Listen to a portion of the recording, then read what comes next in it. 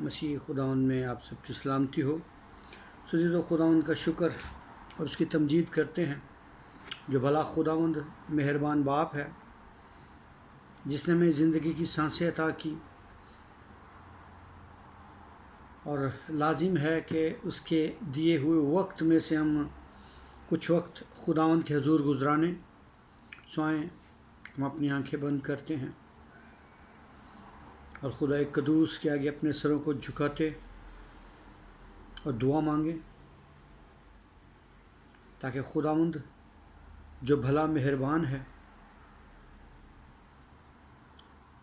جو اپنی پدرانہ شفقت کے باعث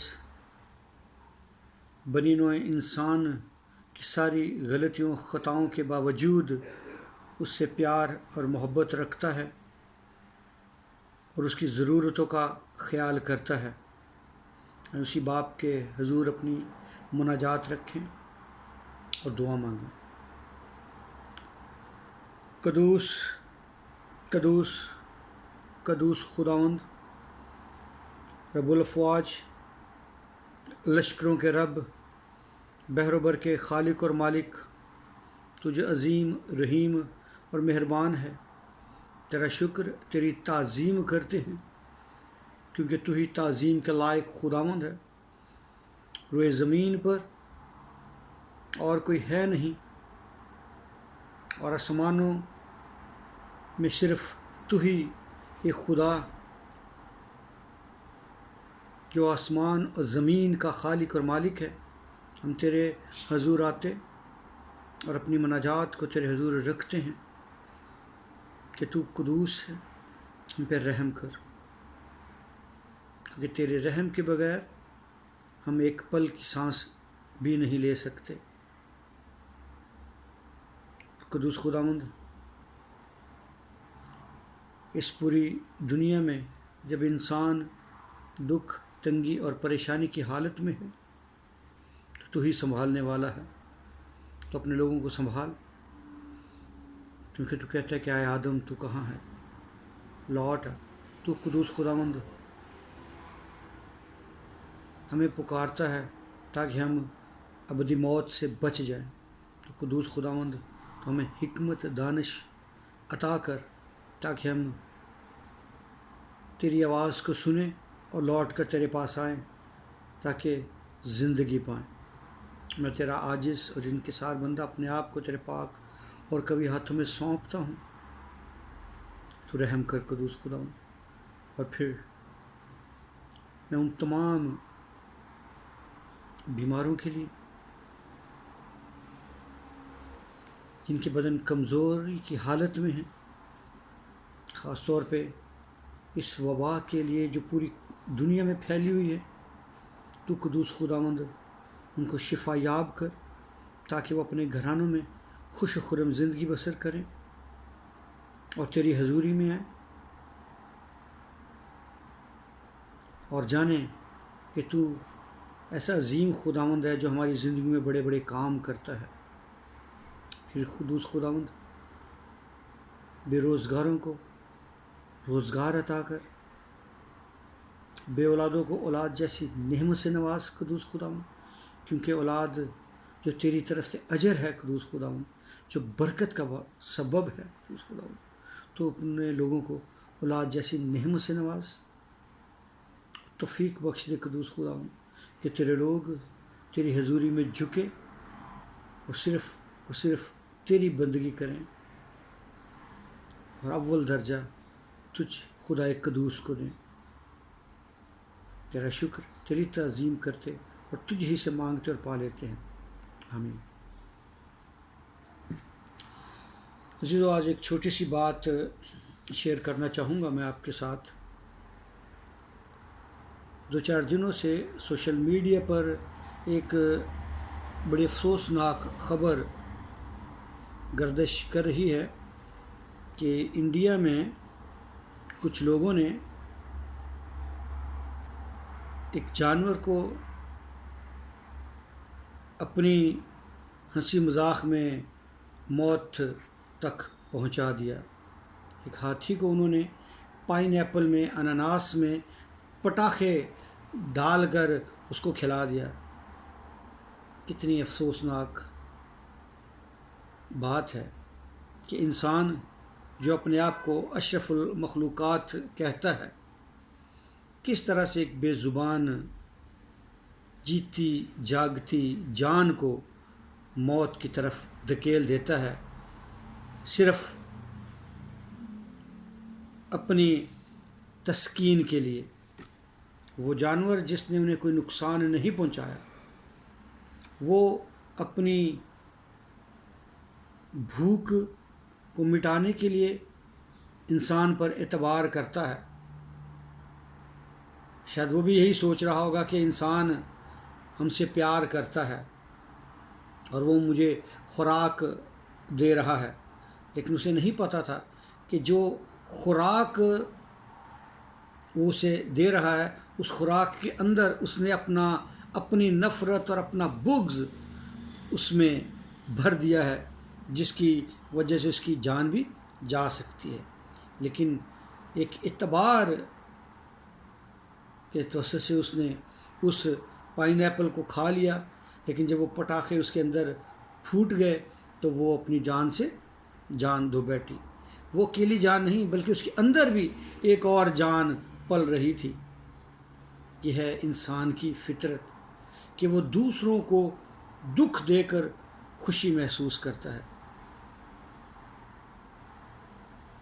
انسان کا کیا یہی درجہ ہے جو اپنے آپ کو بڑا اعلیٰ اور اشرف المخلوقات سمجھتا ہے؟ میرے عزیزو، انسان اشرف المخلوقات اس طرح سے نہیں ہوتا کہ وہ دوسروں کو دکھ دے۔ یہاں بات ایک جانور کی ہے، تو میرے عزیزو ہمارے آقا نے بھی انسان کو ایک جانور سے تشبیہ دی ہے۔ کیوں؟ اگر آپ بائبل مقدس کا مطالعہ کریں تو انسان کو بھیڑوں سے تشبیہ دی گئی ہے۔ بھیڑ بھی ایک جانور ہے جو انسان کے کام آتا ہے، جس کا نر مینڈا کہلاتا ہے اور اس کا بچہ برا کہلاتا ہے۔ چوپان لوگوں کی سب سے اہم ملکیت بھیڑ بکریاں گائے بیل تھے۔ یہ دودھ، اون اور گوشت اور کھال جس سے لباس اور مختلف اشیاء بنائی جاتی ہیں، یہ انہی جانوروں سے مہیا ہوتی ہیں۔ اس کا سب سے پہلا ذکر پیدائش چوتھے باب میں آتا ہے، کیونکہ عبرانی لوگ جو تھے وہ اپنے حاکموں کو اون خراج کے طور پر بھی پیش کیا کرتے تھے۔ اس کا ذکر بھی ہمیں دوسرے سلاطین میں اس کے تیسرے باب میں ملتا ہے۔ بھیڑ ایک صاف ستھرا پالتو جانور ہے جو بہت قدیم زمانے سے انسان کا مددگار رہا ہے اور انسان کو اس سے بہت انس بھی ہو سکتا ہے۔ اور فلسطین کے علاقے میں جہاں پر آبائی کلیسیا ہیں، جہاں پر مسیح یسوع نے تعلیم دی لوگوں کو، اور بائبل مقدس میں انسان کو بھی بھیڑ سے تشبیہ دی گئی، کیونکہ پہلے زمانہ میں بھیڑ کی قربانی بھی دیا کرتے تھے۔ بھیڑ، بچھڑے اور بکری کے بچے کو پیدا ہونے کے 8 دن کے بعد بھی قربانی اور کھانے کے لیے استعمال کیا جا سکتا تھا، اور غلوں کی غیر متوقع بڑھتی انسانی ترقی اور خوشحالی کی علامت بھی سمجھا جاتا تھا، کیونکہ جس کے پاس بہت زیادہ بھیڑیں ہوتی تھیں اسے بہت زیادہ امیر ترین بھی سمجھا جاتا تھا۔ اور پاک کلام میں بھیڑوں کی رعایت سے بہت سارے استعارے اور تشبیہات استعمال ہوئے ہیں۔ بھیڑوں کے بھولے پن، سادگی میں بے وقوفی کا عنصر بھی موجود ہے۔ یہ انسان کی طرح بھٹک اور کھو بھی جاتی ہیں، جس کا ذکر ہمیں یرمیہ میں 50ویں باب اور متی کے 10ویں باب، پھر یسایہ 53ویں باب میں بھی ہمیں ملتا ہے کہ یہ بغیر غلہ بان کے بے کس، بے یار و مددگار اور لاوارث ہو جاتی ہیں۔ خدا کے لوگوں کو اکثر اس کی بھیڑیں پکارا گیا ہے۔ میرے عزیزو، جس طرح بھیڑ ایک معصوم جانور ہے، اسی طرح اس ہتھنی نے بھی اپنے بھولے پن میں بھی انسان پر بھروسہ کر لیا۔ آج خدا انسان کو اس لیے بھیڑوں سے تشبیہ دیتا ہے کہ کیونکہ انسان میں بھی وہی بے وقوفی کا عنصر موجود ہے کہ ہم بھی بہت جلد دوسروں پر بھروسہ کر لیتے ہیں۔ جس طرح یسایہ 53 میں باب میں لکھا ہے کہ بھیڑ کی بے کسی اس سے ظاہر ہوتی ہے کہ اپنے بال کترنے اور ذبح کرنے والوں کے سامنے بے زبان ہوتی ہے۔ اور پھر جھوٹے نبی بھیڑوں کے لباس میں پھرتے ہیں، کیونکہ بھیڑ معصومیت کی علامت ہے۔ بھیڑیوں کے درمیان سخت خطرے سے دوچار ہو جاتی ہیں، لیکن مسیح کے پیرو جنہیں بھیڑیں کہا گیا ہے دنیا میں ہر خطرے سے محفوظ رہیں گے۔ ضرورت صرف اس امر کی ہے، ہم محفوظ صرف اسی صورت میں رہ سکتے ہیں کہ جب ہم اپنے خدا کی تعلیمات پر عمل کریں، کیونکہ انسان جو بھیڑیے کے روپ میں دھاڑتا پھرتا ہے کہ کس طرح بنی نوع انسان کو ورگلائے اور پھاڑ کھائے، جس طرح آج کے انسان نے اس جانور کو اناناس میں ایک کھانے والی چیز میں زہریلا مادہ بھر کر دے دیا اور وہ اپنی جان کھو بیٹھی۔ اسی طرح آج ابلیس بھی بنی نوع انسان کو اس طرح کی لپیٹ میں لے لیتا ہے کہ جو خوشحالی کا دکھاوا نظر آتا ہے، روشن پہلو دکھا کر اندھیرے کی طرف جھونک دیتا ہے۔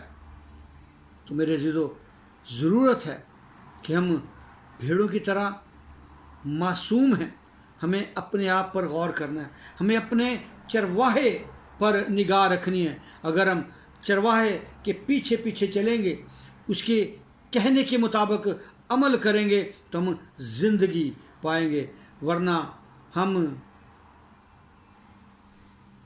موت کی اس دلدل میں دھنستے چلے جائیں گے۔ خداوند کہتا ہے کہ ہمیں ہوشیار رہنا ہے، سانپ کی مانند ہوشیار رہنا ہے۔ اسی لیے انسان کو بھیڑوں سے تشبیہ دی گئی، کیونکہ انسان ابلیس کی اس چکا چوند دکھا دینے والی روشنیوں میں اس قدر مگن ہو گیا ہے کہ وہ اپنے بھولے پن میں خدا کے کلام سے دور ہٹتا جا رہا ہے۔ اور نیک لوگ جو بھیڑوں کی صورت میں ہیں، اس بھیڑیے کے ہاتھوں میں جو لباس تبدیل کر کر ہمیں ورگلاتا ہے، کیونکہ وہ اس جہان کا بادشاہ ہے اور وہ ہمیں شوگر کوٹڈ الفاظ دے کر اپنی طرف مائل کر لیتا ہے۔ اور میرے عزیزو، گو کہ آج کہ ہمارے بہت سارے چرواہے، اسی طرح جرمیہ میں کہتا ہے کہ میں ان چرواہوں سے بیزار ہوں جو میری بھیڑوں کو پراگندہ کرتے ہیں۔ آج ہمیں اپنی اس معصومیت میں دکھائی دینے والے ان چرواہوں سے بچنا ہے جو بھیڑیوں کا لباس اوڑھ کر ہمارے درمیان ہیں اور ہمیں خدا کے کلام سے دور کر رہے ہیں۔ نیک بھیڑیں خدا کے داہنی طرف بیٹھیں گی، کیونکہ خدا نے کہا ہے کہ وہ انہیں داہنی ہاتھ پر کھڑا کرے گا۔ میرے عزیزو، داہنا ہاتھ خوش نصیبی اور اقبال مندی کی علامت ہے، لیکن آج بنی نوع انسان کے اندر بہت ساری کالی بھیڑیں ہیں جو ان جیسا ہی روپ دھار کر انہیں اس روش سے، اس راستے سے جو زندگی کی طرف، مسیح یسوع کی طرف جاتا ہے، بہلا پھسلا کر دوسرے راستے کی طرف لے جاتے ہیں۔ جس طرح ڈاکٹرز جب کوئی کڑوی دوا دیتے ہیں لیکن انسان اس کو نگلتا نہیں، تو انہوں نے اس کا دوسرا حربہ استعمال کیا کہ اس کے اوپر کوٹنگ کر دی مٹھاس کی۔ آج جب شوگر کوٹڈ یعنی اس کڑوی دوا کے اوپر میٹھی چیز لپیٹ کر دی جاتی ہے تو انسان اس کو بڑی خوشی سے نگل لیتا ہے، یہاں تک کہ بچے بھی اس کو نگل لیتے ہیں۔ اسی طرح ابلیس بھی یہی حربہ استعمال کر رہا ہے، وہ کلام کی سچائیوں کو اپنے جھوٹ میں لپیٹ کر انسان کو ورگلا دیتا ہے۔ اسی لیے خداوند کا کلام ہمیں سکھاتا ہے کہ جس کے کان ہوں وہ سنے کہ روح کلیسیاؤں سے کیا فرماتا ہے۔ ہمیں اپنی کان اور آنکھیں کھلی رکھنی ہے اور اپنے ارد گرد کے ماحول سے بچنا ہے جو کہ ابلیس کا پھیلایا ہوا جال ہے، کیونکہ ہم ذرا سی چکا چوند دیکھ کر دنیاوی روشنی جو بناوٹی روشنی ہے اس کی طرف لپکتے ہوئے موت کی طرف بڑھتے جا رہے ہیں۔ میرے عزیزو، ضرورت اس امر کی ہے کہ ہم اپنی نگاہیں مسیح یسوع پر لگائیں تاکہ زندگی پائیں۔ کاش خداوند ہمیں حکمت اور دانش دے تاکہ ہم اپنے آپ کو خداوند کے چرنوں میں لے کے جائیں اور ہمیشہ کی زندگی پائیں۔ آمین۔ خداوند آپ سب کو برکت دے۔